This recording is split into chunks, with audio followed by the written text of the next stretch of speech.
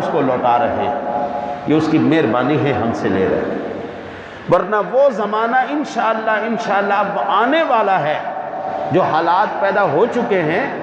اب انشاءاللہ تعالی العزیز غلبہ اسلام 100% نظر آ رہا ہے۔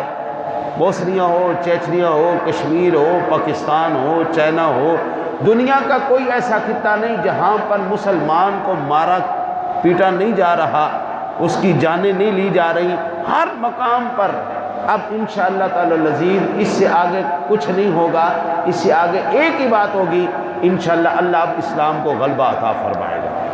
پھر وہ وقت آئے گا کہ دنیا ہاتھ میں زکوٰۃ لے لے کے پھرے گی، یہ مجھ سے لے لو، یہ مجھ سے لے لو۔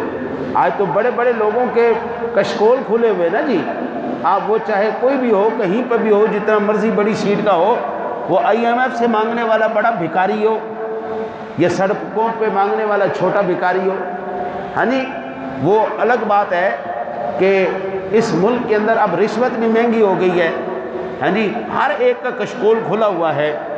ادھر دے دو، مجھے دے دو، مجھے دے دو، مجھے دے دو، چھوٹے سے لے کے بڑے تک، فقیر سے لے کے بادشاہ تک، ہر ایک کی جھولیاں کھلی ہوئی ہیں۔ لیکن انشاءاللہ وہ وقت آئے گا، دنیا ہر ایک کو دیتی پھرے گی، لے لو مجھ سے، لیکن لینے والا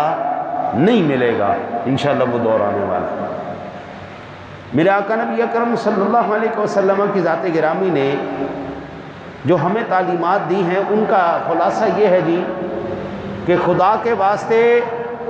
کسی کو دینے کے بعد احسان نہیں جتانا۔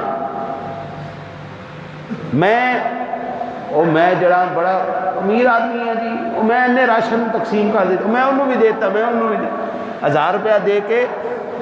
تصویریں کھنچوا لی، آٹے کی بوری دے کے فوٹو بنوا لیے، جناب ہم ان کو راشن دے رہے ہیں جی، ہم ان کو یہ کر رہے ہیں جی، ہم یہ سلسلہ کر رہے ہیں۔ ایسا نہیں کرنا۔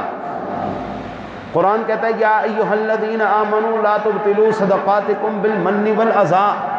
کالذی ينفق مالہ رئاء الناس، اے ایمان والو اپنے صدقات کو احسان جتا کر اور دل دکھا کر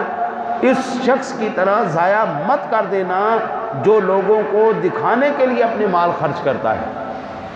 سادہ لفظوں میں جس بندے نے دکھاوا کر دیا،